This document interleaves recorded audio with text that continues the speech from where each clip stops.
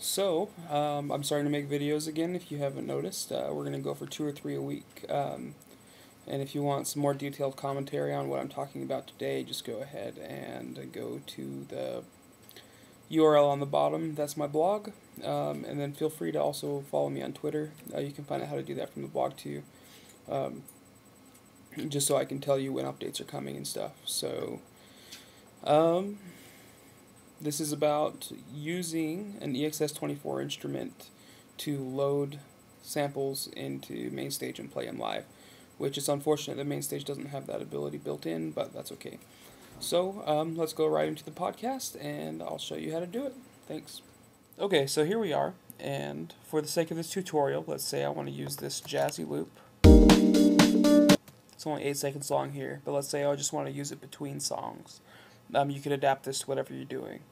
Um, so the first step is to go into Logic, and we're going to just create a new project. And the only reason we're opening this project is to edit an EXS24 instrument, because we can't do that from within Mainstage. So I am going to start with a software instrument, and I'm going to set the input of that instrument to an EXS24, and I want it to end up playing in stereo, so I'm going to hit stereo. So now I just have a empty EXS24. There's nothing here.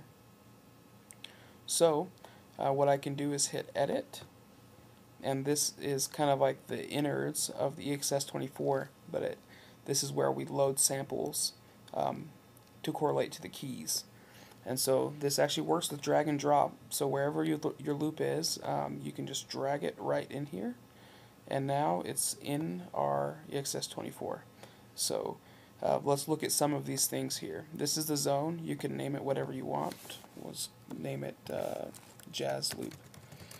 So if you were going to load like 10 loops in for your whole show, you could do that too, just one after another. This is going to tell us where the audio file is. We dragged it in, it already knows. You can group loops together, and then this is where it starts to get important.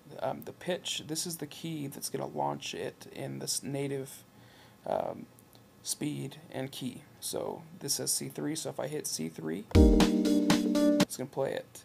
So the problem is if I hit C1, it slows it down and lowers the pitch. So we can change that just by setting this to C1, and you can either double click in here and just type it in, or you can click and drag. So that's good. So for our uses, we're actually just gonna, in between songs, we're gonna play this loop while we kind of get other stuff ready. So I don't really need it on my whole keyboard. I just need it on one key, because I'll probably trigger it from a trigger finger. So we set the key range. So I just want it to be set to C1. It'll be the first pad on my trigger finger.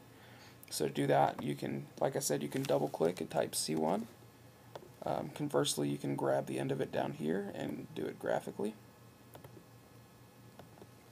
just like that. And then you do the high note too.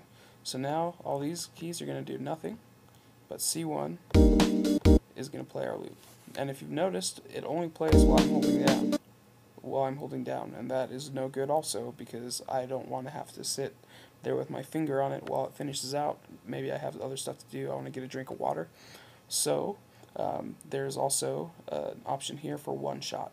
So if I hit one shot, it's going to play the loop. I just hit this once, and it'll play it all the way through.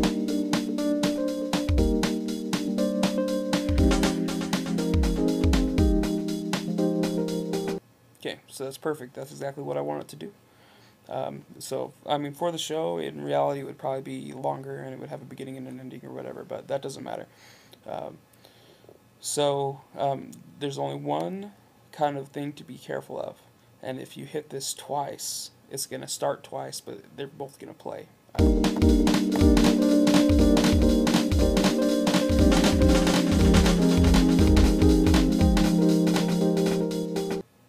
So just be careful of that. When you're playing live, just make sure you just hit the pad once. If you hit it twice, it's going to start sounding funky. So this is pretty much exactly how I want it to be in my project. This is how I want it to load into Mainstage. So now we're just going to save this instrument. To do that, you go Instrument, Save,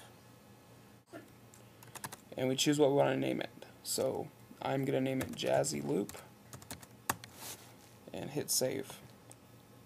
Boom. Now our instrument's saved, and we'll be able to navigate to it through Mainstage.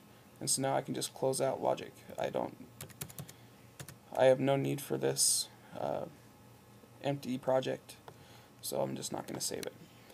So just in case you need to go in and delete these in the Finder, sometimes they're kind of hard to find, so I'll show you where they are. So in the Finder, I'm just going to hit Command N. Mac OS lets you paint things, and I paint things that I go to pretty often. So from your user directory, it's going to be in Library, Application Support, Logic, Sampler Instruments, and there it is. So in case you ever need to find it outside of Logic, that's where it is. Inside Logic, it's a lot easier to find. Okay, so now we are going to open up Mainstage, and we're going to open up my normal concert, which is Show Sounds. Okay, so this is the concert that I play with. So I just want to load it as a new patch because I just want to play it between songs. And so we're going to do a new channel strip, and it's going to be a software instrument. And right here, it's Because I Was in the Lost Mother. So we're going to name this Jazzy Loop. Okay, and then just like normal, it's going to open with this Rhodes, which we don't want. Obviously we want our loop in there, so we need to reset this channel strip. So now there's nothing on this channel strip, and it's easy for me to just go in here and set the input of this channel strip to a stereo EXS24. So now when I go in here, here's my Jazzy Loop that I just created in Logic, and it's all ready to go. And then if we remember that we set it to C1, we can just type a C1 here.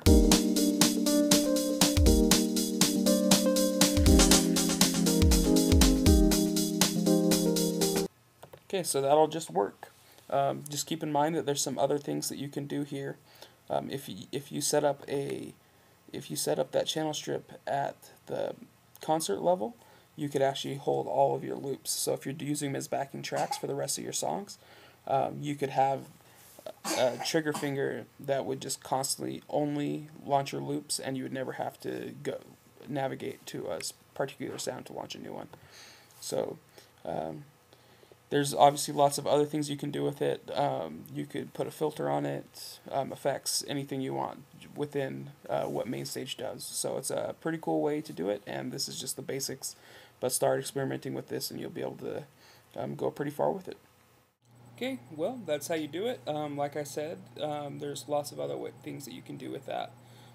So depending on your style of music, you can, use it at the show level to launch loops. You can use it within another instrument to put background layers in, whatever. But that should give you a rough idea of how to get it in there. See my other video on just how to set up Mainstage to do that kind of stuff. So again, stay tuned, leave comments, let me know of anything that you'd like to know how to do, and if I don't know how to do it, I'll figure it out and post a tutorial. So alright, have a good one.